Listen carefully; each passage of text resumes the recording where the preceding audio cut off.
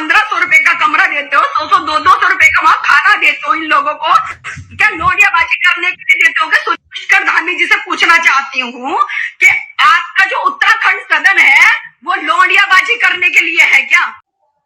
दुष्यंत गौतम जी क्या वीडियो है इसके बाद? शरीर रिकॉर्ड लिए भरी क्या करें? तो 6-7 है, तो बच्चा भी है।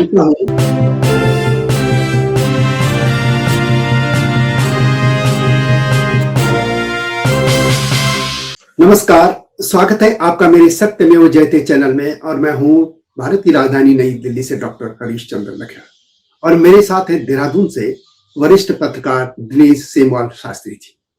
और आज बात करेंगे उत्तराखंड में जो एक, ये कह सकते हैं कि स्कैंडल भी कह सकते हैं, या आरोप हो या सत्य है या क्या भी है, लेकिन इसके तार जुड़ते हैं अंकिता भंडारी हत्याकांड से। सत्य क्या है ये तो यदि सरकार जांच करे तो तभी सामने आएगा। बयानबाजी को हम बिल्कुल नहीं मानते कि कोई आरोपी हो गया या कोई दोषी हो गया, लेकिन जो हो रहा है वही हम सामने रखेंगे। दोषी है या वो बिल्कुल निर्दोष है, ये सरकार का काम है तय करना, क्योंकि इसमें बड़े बड़े नाम सामने आ रहे हैं। हम इसी मुद्दे पर बात करेंगे, लेकिन आप सभी से अनुरोध है कि चैनल को अगर आप नए हैं तो चैनल को देखिएगा भी, सब्सक्राइब भी कीजिएगा और वीडियो को लाइक कीजिए और कमेंट अवश्य लिखिएगा कि इस मुद्दे पर आपके क्या विचार हैं, कि सरकार को इस मामले की सीबीआई जांच करानी चाहिए कि नहीं। शास्त्री जी, स्वागत है आपका मेरे चैनल में। ये उत्तराखंड में क्या हो रहा है, ये उर्मिला राठौर या सानावर भी उसका नाम जो भी है, वो अपने को एक जो विधायक है बीजेपी के, पूर्व विधायक रहे हैं, राजेश राठौर की पत्नी बताती है। और आजकल उन्हें बड़े धमाके कर रहे हैं, कई वो ऐसे उनकी वीडियो जो सामने आ रही हैं, उससे तो पूरा उत्तराखंड हिल रहा है। तो आप उत्तराखंड में चल क्या रहा है ये? लखड़ा जी, आपको और आपके दर्शकों को मेरा अभिवादन। आज मैं गोपाल दास नीरज जी की कुछ पंक्तियों से बात शुरू करूंगा जी। नीरज जी ने एक जगह लिखा है कि रंग उड़ गए सब सतरंगी, तार तार हो गई चुनरिया, अब तो फटता जा रहा दामन, मुझसे नहीं सिया जाएगा। लगभग यही स्थिति आज उत्तराखंड में है। सही कह रहे हैं। चुनरिया जो थी वो तार तार हो गई है और उसको सिलने का अब कोई चांस बाकी नहीं है। तो ये दो लाइन, नीरज जी की दो लाइनों में आज सारी बात आ गई है। लेकिन हम जरा आगे बढ़ने से पहले जरा इनको सुन लेते हैं। जरा ये जो मोहतरमा है जो क्या कहती हैं, पहले कुछ इनको सुन लिया जाए, है ना? दुष्यंत गौतम जी क्या वीडियो है इसके बाद? शरीर रिकॉर्ड लिए भरी क्या करें? तो 6-7 है, अब बच्चा भी है। एक और मैं आपको सुनाता हूँ, पहले इसको सुन लिया जाए। इन लोग सदन 1500 रुपए का कमरा देते हो, 200 रुपए का वहां खाना देते हो इन लोगों को, क्या लोडियाबाजी करने के लिए देते हो? पुष्कर धामी जी से पूछना चाहती हूँ कि आपका जो उत्तराखंड सदन है वो लोडियाबाजी करने के लिए है क्या? अब तीसरा वीडियो में मैं आपको दिखा देता हूँ। अब जब इसको सुन लेते हैं फिर हम इस पे चर्चा करेंगे। हो चुकी थी, तेरी औकात क्या? आई आरती गौड़, जिला पंचायत सदस्य। आरती गौड़ यमकेश्वर विधानसभा की पूर्व जिला पंचायत सदस्य। तू क्या ये बारी बारी तू सोशल मीडिया पे डाल रही है कि महेंद्र भट्ट जी के लिए कि मैं त्याग पत्र देती हूँ, इसकी कार्रवाई हो, आधी अधूरी रिकॉर्डिंग है, आधों को बचाया जा रहा है। आखिर यदि हम पूरा निचोड़ देखें तो कुल मिला के बात ये आ रही है कि दुष्यंत गौतम, जो कि भारतीय जनता पार्टी के उत्तराखंड के प्रभारी हैं, महासचिव भी हैं, और दिल्ली से वो राजनीति करते रहे। दिल्ली में वो एक बार नगर निगम चुनाव लड़े, हार गए। 3 बार विधानसभा का लड़े, तीनों बार हार गए। लेकिन सुषमा स्वराज और रामनाथ कोविंद और गहलोत, जो थावरचंद गहलोत है, इनके माध्यम से बड़ी सीढ़ियां पार करते रहे। यानी उत्तराखंड में जो व्यक्ति कभी काउंसिलर का चुनाव नहीं जीत सका, वो तय करता है कि एमपी कौन बनेगा। ठीक है, तो खैर वो अलग उनका मुद्दा है, वीडियो मेरी पहले से है। लेकिन ये बताइए क्या हो रहा है इसमें? कई नाम आ रहे हैं, महिला तो नाम करिए, ये गट्टू गुट्टू भी कहती है, उसके पति जो कहता है, कथित पति या पति जो भी है, क्या है ये मामला पूरा? ये बहुत शर्मनाक चेहरा है इस समय कि जिसने राजनीति के अंतःपुर के सारे कलहों को सतह पे ला दिया है और ये राजनीति में ये कोई नई बात नहीं है। हम अतीत में देखते हैं तो नैना साहनी कांड हुआ था दिल्ली में, आपको याद होगा। हाँ हाँ बिल्कुल। और आपको वो भी याद होगा कि जब कोई सुप्रीम कोर्ट के वकील साहब किसी महिला को हाई कोर्ट का जज बनाने के लिए क्या क्या करते थे, तो ये राजनीति वो है, रिवाज सा चला आया है। लेकिन उत्तराखंड में जो हो रहा है, जिसको हम देवभूमि कहते हैं, वहां के संस्कारों पे, संस्कृति पे, अस्मिता पे इस तरह के दाग जो है बहुत शर्मनाक है। और हम इस समय बस शर्मिंदगी का एहसास कर रहे हैं कि हम उत्तराखंड के निवासी हैं। अंकिता भंडारी हत्याकांड में उस समय भी ये नाम उछला था वीआईपी का। हाँ, मध्य प्रदेश के थे वो, मतलब आरोप था। हाँ। एक वीआईपी जो है उसको स्पेशल सर्विस देनी है, और उस बहाने उसके नाम की वजह से अंकिता भंडारी की बेचारी को जान देनी पड़ी। एक निर्दोष बालिका पहाड़ की जो अपने सपनों को लेके आई थी कि परिवार का सहारा बनेगी, और उसकी बलि ले ली इन दरिंदों ने। चलो, उसमें तो भाजपा का ही नेता था विनोद आर्य, उसका बेटा पुलकित आर्य, और उसके 2 और साथियों को आजीवन कारावास की सजा मिली। हालांकि आजीवन कारावास तो उसमें कोई बड़ी सजा नहीं है, उसमें डेथ की सजा होनी चाहिए थी कायदे से।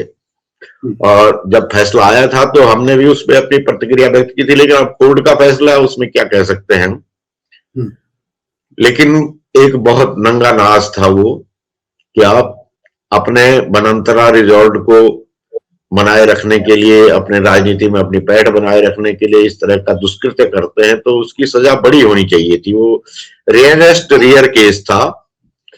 अब नहीं माना तो अब कुछ हो सकता है पैरवी में करने में कहीं कमी रह गई हो, या उन लोगों का ज्यादा अच्छा पैरवी रही होगी आरोपियों की, तो वो आजीवन कारावास में हो गया, वो एक चैप्टर क्लोज हो गया। अब इस बीच क्या हुआ है कि भाजपा की अंदरूनी लड़ाई में, जो मुझे लगता है ये प्याज के छिलकों की तरह परत की परत एक एक खुलती जा रही हैं। बिल्कुल। हाँ। कि भाजपा की हरिद्वार जिले में ज्वालापुर विधानसभा सीट से एक बार विधायक रहे हैं सुरेश राठौर। यूसीसी जो लागू हुआ है उसमें एक कट ऑफ डेट है कि 2010 के बाद जिसने शादी की है वो उसका रजिस्ट्रेशन कराए। और सुरेश राठौर, अब उस नियम को देखें तो सुरेश राठौर जो ये उर्मिला नाम की महिला हैं, तो इनको भी अपने विवाह का पंजीकरण कराना चाहिए था। 2010 के बाद का ही मामला है। बिल्कुल। हालांकि उनकी पहले से शादी है। अब ये उनकी शादी है नहीं है ये उनका व्यक्तिगत मामला है, लेकिन उस कानून के पैमाने पे देखें तो उनको रजिस्ट्रेशन कराना चाहिए था। नहीं कराया है तो इसका मतलब ये भी हो सकता है कि वो शादी नहीं है, वो केवल उनकी अंतरंगता है, और ये उनका निजी मामला है, उसे भी छोड़ दीजिए। हाँ, सही बात। लेकिन उस बहाने अंकिता भंडारी कांड जो है वो फिर एक बार विमर्श का केंद्र बन गया है।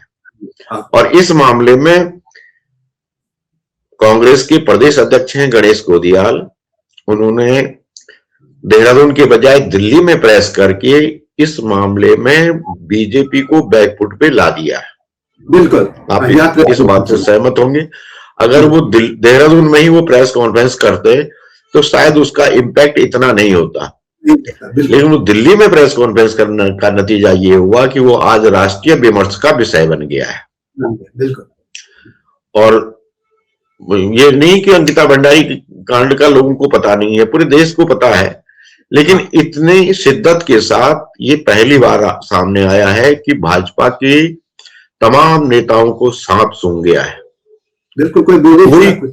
हाँ, अब वो उसमें उर्मिला सनावर जो है वो जो बोल रही हैं, जो उनकी रिकॉर्डिंग आ रही हैं सोशल मीडिया पे, उस पे उसको मनोरोगी, पागल, पता नहीं क्या क्या ऐसा कुछ बोल रहे हैं, लेकिन कोई उसका मुंह चुप कराने की स्थिति में नहीं है। और मुझे तो कुछ और लगता है कि ये पिछले महीने महेंद्र भट्ट के साथ उसका एक फोटो आया है। हाँ, वो बीजेपी ऑफिस में बुके देते हुए, और उसका दावा, वो उर्मिला सनावर का दावा है कि उसे ज्वालापुर सीट से टिकट देने 2027 के लिए टिकट का ऑफर किया गया। अगर उसे टिकट का ऑफर किया गया है तो जमीन किसकी खिसकाई जा रही है? सुरेश राठौर की। तो ये सुरेश राठौर यानी कि बीजेपी का एक ग्रुप कोई है जो सुरेश राठौर के साथ है और दूसरा ग्रुप उसको प्रोजेक्ट कर रहा है जो मोटे तौर पे नजर आ रहा है। ये संभावना हो सकती है। अब वो राजनीति तो अनंत संभावनाओं का खेल होता है ना, और उसी में पहले किसी और वीआईपी का जिक्र होता था। जब जब बात वीआईपी की ये हुआ था कि वीआईपी को डिस्क्लोज किया जाए, बड़ा दबाव था, सारी जगह धरने प्रदर्शन हो रहे थे, यहां तक कि कोर्ट में सुनवाई के दौरान रोज सैकड़ों लोग कोटद्वार में खड़े रहते थे कोर्ट के बाहर कि वीआईपी की शिनाख्त हो, उसको सामने लाया जाए, तरह की कसरतें हुई। लेकिन तब कोई और जो अंदेशा व्यक्त किया जा रहा था तब किसी और आदमी की ओर था। अब उर्मिला सनावर ने जो जिसका नाम लिया है गट्टू का,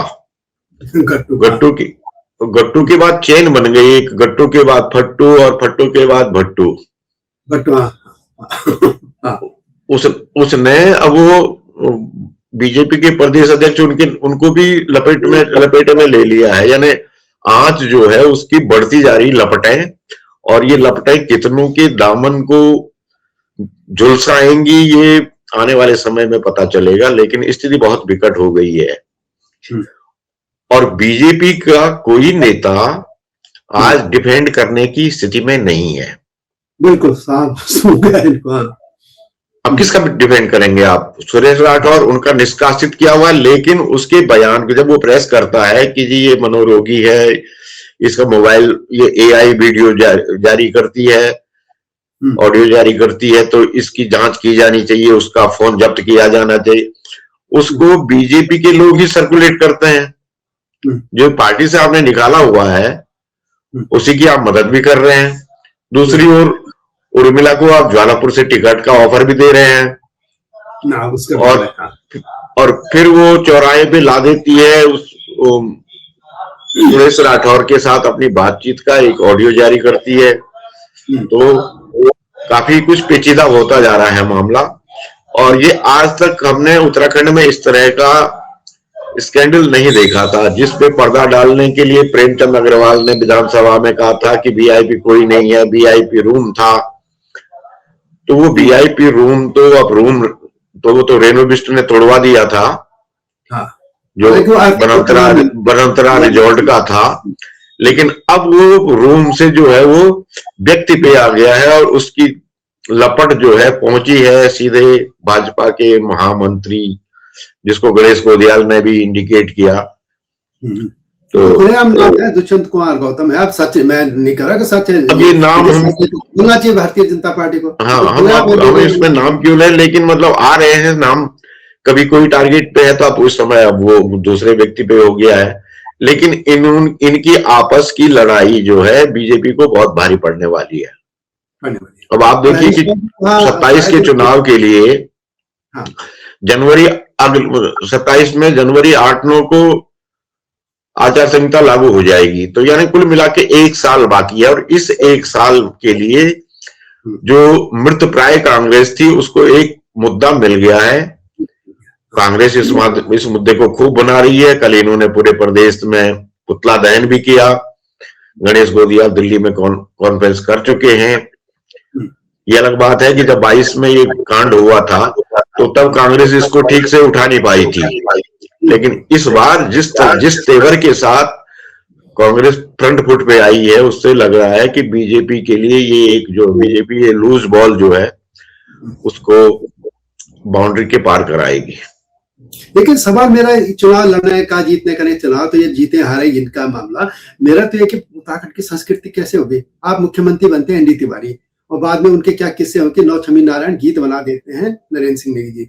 उसके बाद वो जब राज्यपाल बनते हैं आंध्र प्रदेश में, तो वो एक वृद्ध जो दिखते हैं 2 महिलाओं के साथ, वो एनडी तिवारी को इस्तीफा देना पड़ता है। वो सारे खेल है। तो ये सारे जो गुट्टू हो है, ये एनडी तिवारी की पौध तो नहीं है, गुट्टू। हर कभी वो एक जीनी का नाम आ जाता है, नॉर्थ ईस्ट की थी जो लड़की, ये सब गुट्टू हैं। अजीब अजीब जो नेता हैं, या कर क्या रहे, वो कह रहे कि उत्तराखंड सदन ये क्या हो रहा है। एक और बात आती है, कुछ मैं नहीं जानता सत्य क्या है या क्या है, लेकिन एक सज्जन ने मुझे बताया कि उत्तराखंड के ही कुछ नेता, जो उत्तराखंड सदन है उसके बगल में लीला होटल है, वहां जाते हैं, वहां रशियन लड़कियां रहती है। अब बाकी लंबी बात है, मैं क्या बोलूं, लेकिन इस तरह के आरोप तो सामने से आ रहे हैं, और आरोप लगाने का खैर उसको हम कोई वो नहीं लेते जब तक कि कोई प्रमाण ना हो जाए। आरोप तो आरोप है, लेकिन आरोपों के सहारे ही एक परसेप्शन बनता है, ये आप भी जानते हैं। और परसेप्शन बनाने में, क्योंकि कांग्रेस भी कोई धर्मात्मक पार्टी कांग्रेस भी नहीं है, दोनों पार्टी में वही है ना, दोनों में हमाम में सब नंगे हैं। बस ये है कि जिसका जो उधड़ा हुआ हो गया उसको कि राजा नंगा है, और जो ढका हुआ है वो बेचारा बहुत ज्यादा शरीफ है, वो और सुसंस्कृत है, संस्कारित है, तो उसकी परिभाषाएं उस तरह से बनती हैं।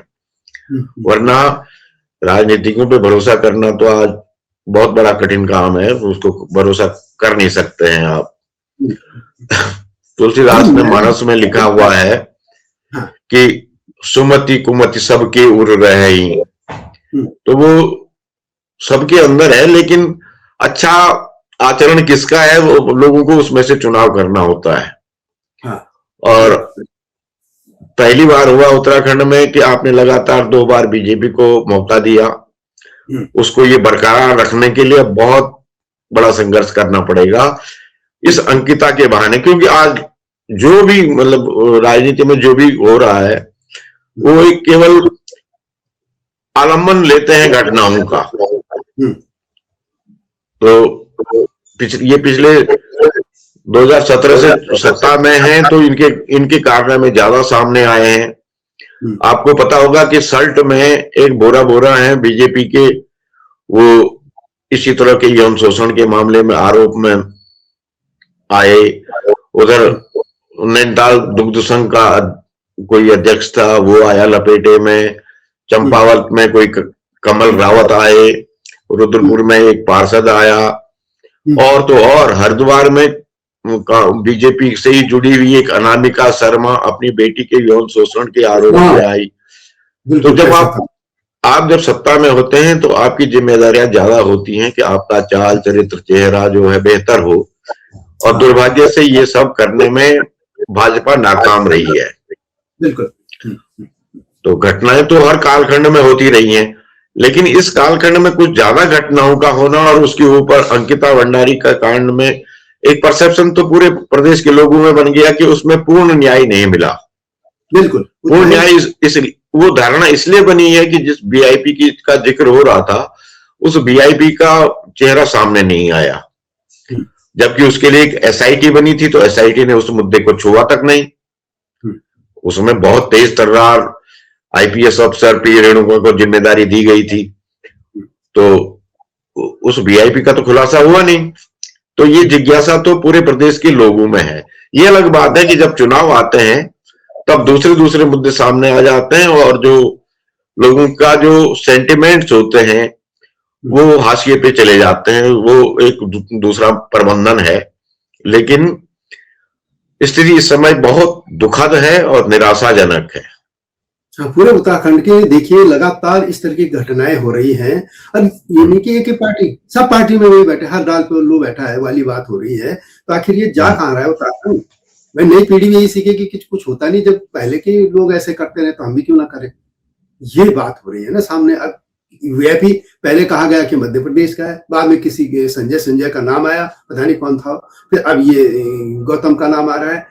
वो कह रही है, मैं नहीं जानता सत्य है, मैं पहले कह रहा हूँ कि सत्य जानने के लिए सरकार को जांच करनी चाहिए, जांच के नीचे मैं लगातार कह रहा हूँ। मैं भी नहीं मानता कि कोई आरोप कह दे, लेकिन सरकार को सत्य तो बताना पड़ेगा ना। ये मुख्य सवाल है हमारा। लेकिन जी साफ और खरी बात तो ये है कि इसमें जांच वांच कुछ नहीं होनी है। अब इसमें एक रास्ता बचता है, अगर कोई बहुत इतना ज्यादा संवेदनशील दिखा रहा है अपने को, तो वो कोर्ट में जाए या कोर्ट स्वतः संज्ञान ले ले।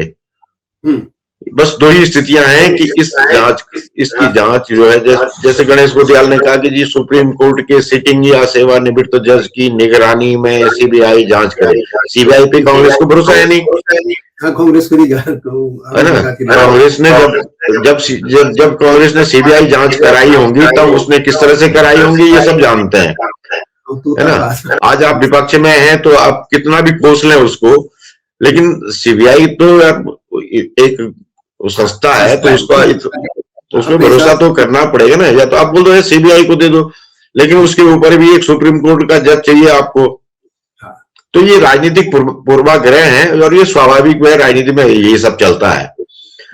लेकिन जो जिन जो है अंकिता के कातिलों के जेल की सलाखों के पीछे जाने के बाद दफन हो गया था, वो उर्मिला सोनावर ने उस जिन को वापस राजनीति के केंद्र में ला दिया है। और ये एक बड़ी परिघटना है।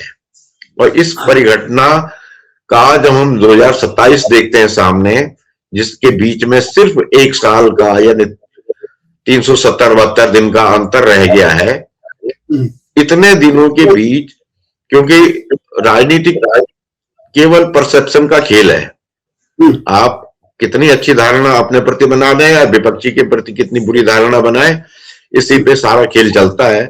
कि अंकिता को पूर्ण न्याय चाहिए। अब अंकिता तो बेचारी इस दुनिया में नहीं रही, लेकिन मुद्दा तो है, अभी कायम है वो। तो बिल्कुल आपने उर्मिला ने आग में घी डाल दिया है। और ये सही कहा कि अंकिता को पूर्ण न्याय चाहिए, ये अधूरा न्याय है, पूर्ण न्याय। तो आप सभी से अनुरोध है कि जो भी इस वीडियो को देख रहा है, कमेंट बॉक्स में अवश्य लिखिएगा कि पूर्ण न्याय के लिए क्या करना चाहिए, सरकार पे दबाव बनाने के लिए क्या करना चाहिए लोगों को। तो शास्त्री जी, आप मेरे चैनल में आए, बहुत बहुत धन्यवाद। और आप सभी से अनुरोध है कि चैनल को सब्सक्राइब कीजिए, वीडियो को लाइक भी कीजिए, शेयर भी कीजिए। आपसे अनुरोध है, जल्दी आएंगे इस तरीके ज्वलंत मुद्दों के साथ। तब तक नमस्कार। नमस्कार।